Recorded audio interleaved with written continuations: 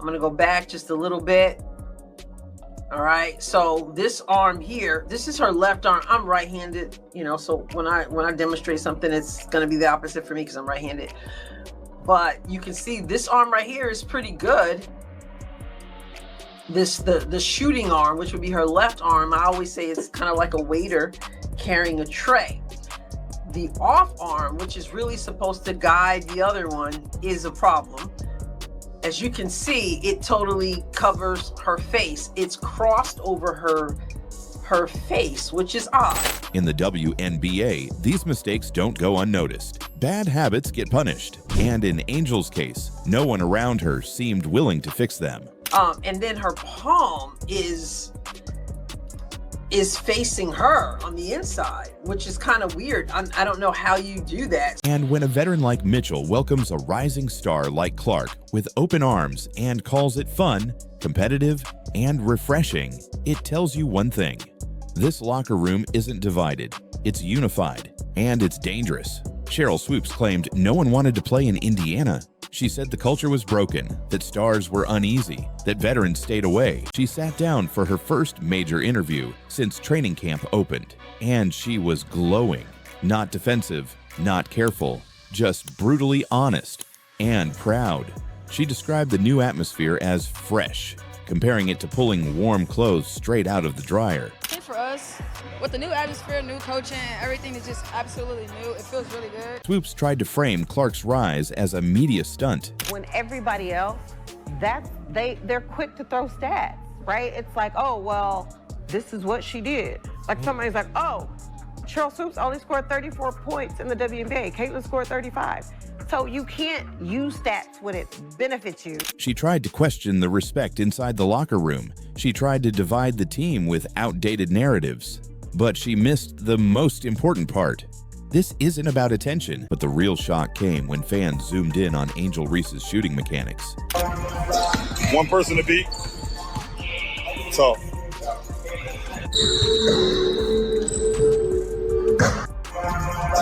Okay, that's all we get to see. 9 seconds. And in these 9 seconds, we can see that there's some work to be done. Her guide hand, the one that's supposed to keep her form steady, was crossing her face like she was dabbing mid-shot. Her elbows flared out wide. Her wrist snapped inwards. It looked more like someone swatting a fly than a player aiming for a bucket. In the same interview where she tore down Swoopes' narrative, Mitchell lit up when asked about Clark. It actually doesn't feel different. From the moment I met Caitlin and the moment she met me, like I said, when you respect your teammates and respect as competitors, it makes for a better relationship. It makes for a better dynamic, and I think that me and C-Square established that 2 years ago now. So I think everything with us is going to always be kosher and really put together because we've already established who we were as people and as players and how we can help make each other better. So it feels good to me already. In fact, Mitchell went a step further. She said, "Everyone wants to be here." She said it clearly. She said it with confidence. And she made it clear this wasn't just lip service. I think the best part right now is everyone wants to be here. You know, it's really downplayed. It sounds cliche, but it's nothing like being where you want it and everybody feels value in order to go have a good training camp, have a good preseason, so you can have a good first game when the season starts. But I think right now it's just that good feeling of everybody feel like, hey, I want to be here and I want to compete. So I think that's the first step. But after what just went viral, that statement might not hold up much longer. Angel dropped a quick 9-second workout clip. Angel Reese has put out footage of her working out in the gym. It's just a few seconds, like 9 seconds. Now, remember, Angel Reese has said to us that people are not just watching basketball for one player. They're watching because of me, too. And the internet had questions. Sloppy footwork, awkward jumpers, no real structure. It looked more like a TikTok teaser than a pro athlete's prep. He just caught a lob. She's out here catching lobs in this workout footage. So here's the question. Is Angel Reese building a basketball legacy or just a personal brand? What you're about to see may change everything. The WNBA is no longer just about who scores the most points. It's about who's serious and who's just pretending. And right now, Angel Reese is under the microscope. Getting it down, butting it back up. A very solid catch. And while Angel's clip might rack up views, views don't win games. Fundamentals do, because right now, Every second she spends curating her brand is another second Caitlin Clark spends crafting a legacy. It's not about who has the bigger following, it's about who's ready for war when the whistle blows. And when the fourth quarter hits, when the game is tied, when the cameras are off. Only one thing will matter: who put in the work. Therefore, while Angel might be the star of the internet, Caitlin and the Indiana Fever rookies are preparing to be the stars of the season. The difference? One side is chasing content, the other is chasing championships. I guess hell has frozen over, but she is in the gym practicing shots, and as you can imagine, there's real reaction to this. Meanwhile, across the league, Indiana Fever rookies were putting in work, and it wasn't staged. This wasn't some flashy, edited montage with mood lighting. It was real. In a bold new interview, Mitchell exposed the truth. Veterans are lining up to join Indiana. The culture is stronger than ever. And yes, Caitlin Clark is part of the reason why. The chemistry, off the charts. The energy, different. The trust, real. And what Mitchell revealed about her relationship with Clark will have Swoopes backtracking fast. This was an experienced veteran choosing to double down on her commitment to the franchise. Swoopes also tried to paint the Fever as a team without direction, but Mitchell couldn't stop talking about how different it feels now that Coach Stephanie White has taken over. She highlighted how players are being treated like individuals, not pieces on a board, and that new leadership is exactly what they needed. On one side, you've got Angel Reese, a media darling, a walking headline, and a self-declared face of the league. She's charismatic, she's marketable, and she knows how to grab attention. But behind the likes and the endorsements, there's a growing concern. Is she actually improving as a basketball player? Every time she steps on the court, she's still dragging her pivot foot. Her shot mechanics haven't changed. Her body control is inconsistent. And most alarmingly, her coaching staff doesn't seem to be correcting any of it. Instead of sharpening her tools, Angel seems to be polishing her image. But in the WNBA, image fades fast. Sheryl Swoopes claimed no one wanted to play in Indiana. She said the culture was broken, that stars were uneasy, that veterans stayed away. No, but players who will be free agents next year, there's a lot of other going on that players are like, this ain't where I want to be. But everything we've seen and everything we've heard says the opposite. Kelsey Mitchell stayed, DeWanna Bonner signed, Natasha Howard joined, Sydney Colson brought championship DNA, and Brianna Turner, who many thought would clash with Caitlin Clark, is instead running flawless sets with her and embracing the challenge. These women aren't avoiding the Fever, they're flocking to it. An uncut look at Caitlin Clark, Michaela Timpson, Bree Hall, and Yvonne Ejim, sweating, grinding, communicating. Their chemistry, instant. Their effort, unmistakable.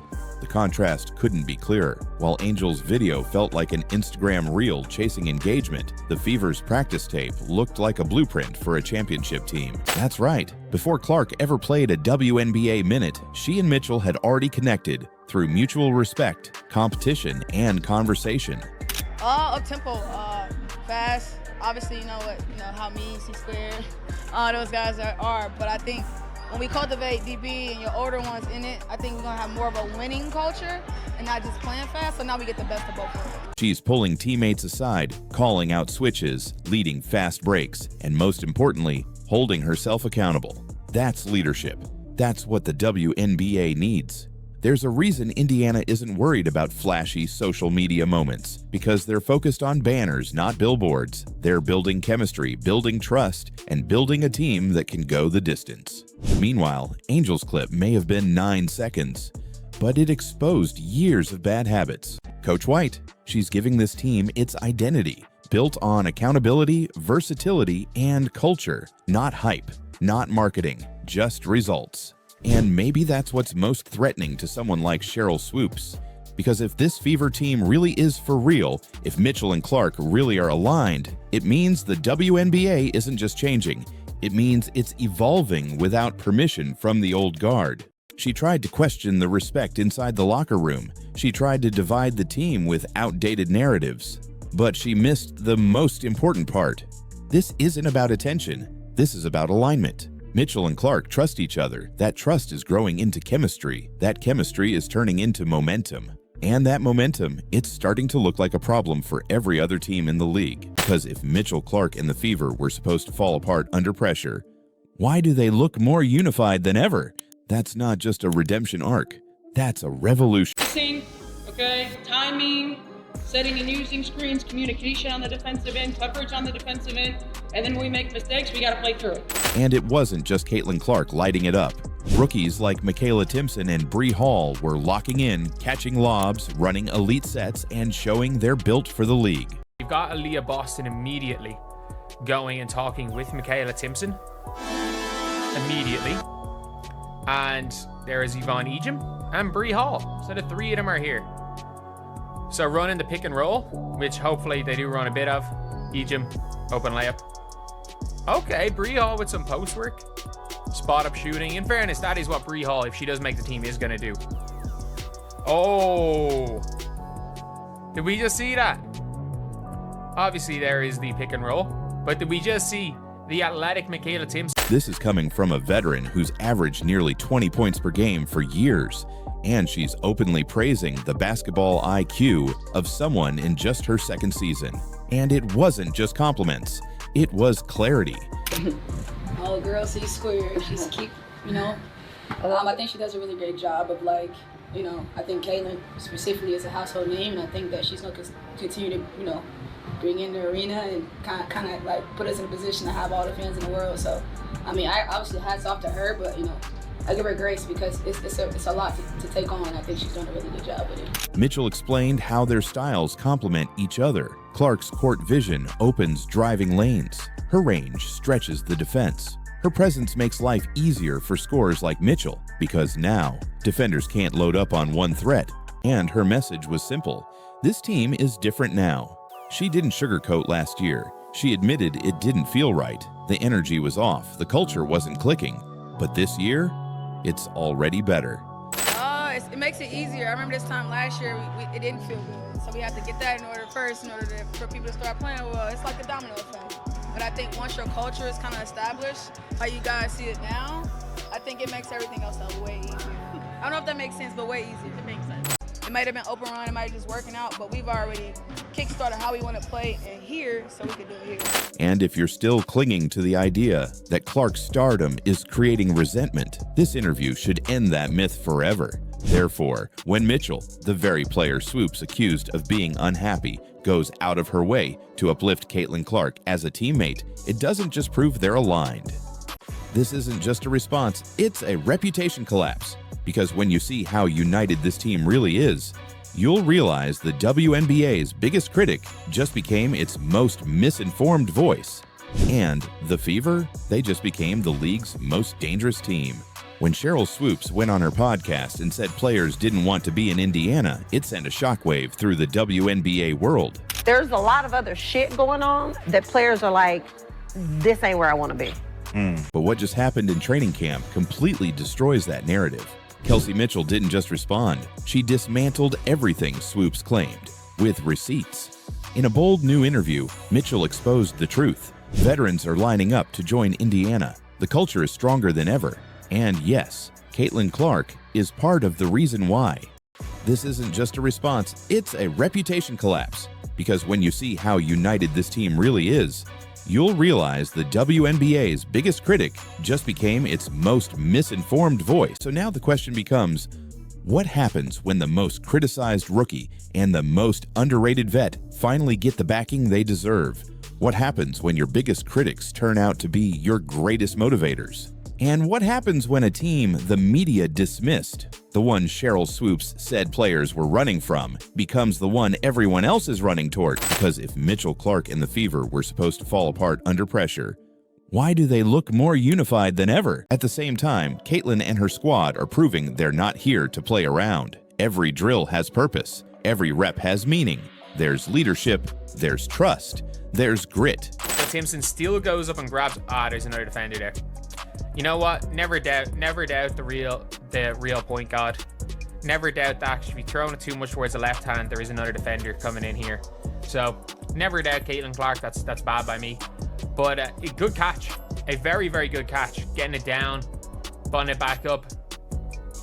A very solid catch. And while Angel's clip might rack up views, views don't win games. Fundamentals do. On the other side, Caitlin Clark and the Indiana Fever rookies. No flash, no filters, just raw, relentless work. Michaela Timpson is catching lobs like a seasoned vet. Bree Hall is knocking down spot-up threes with near 40% accuracy. Yvonne Ejim is muscling through defenders with pro-level physicality. And Caitlin, she's doing what she's always done, making everyone around her better. At just 22 years old, she's already acting like a floor general. Caitlin Clark didn't just show up. She was setting tempo, dropping dimes, running advanced sets like she'd been with the team for years. Her court vision was unmatched, threading passes through defenders like it was nothing. She wasn't playing for the camera, she was playing to win. And the rookies. Michaela Timpson was catching lobs. Bree Hall was knocking down shots. Yvonne Ejim was finishing at the rim with power. These weren't gimmicks. They were proving they belonged in the league.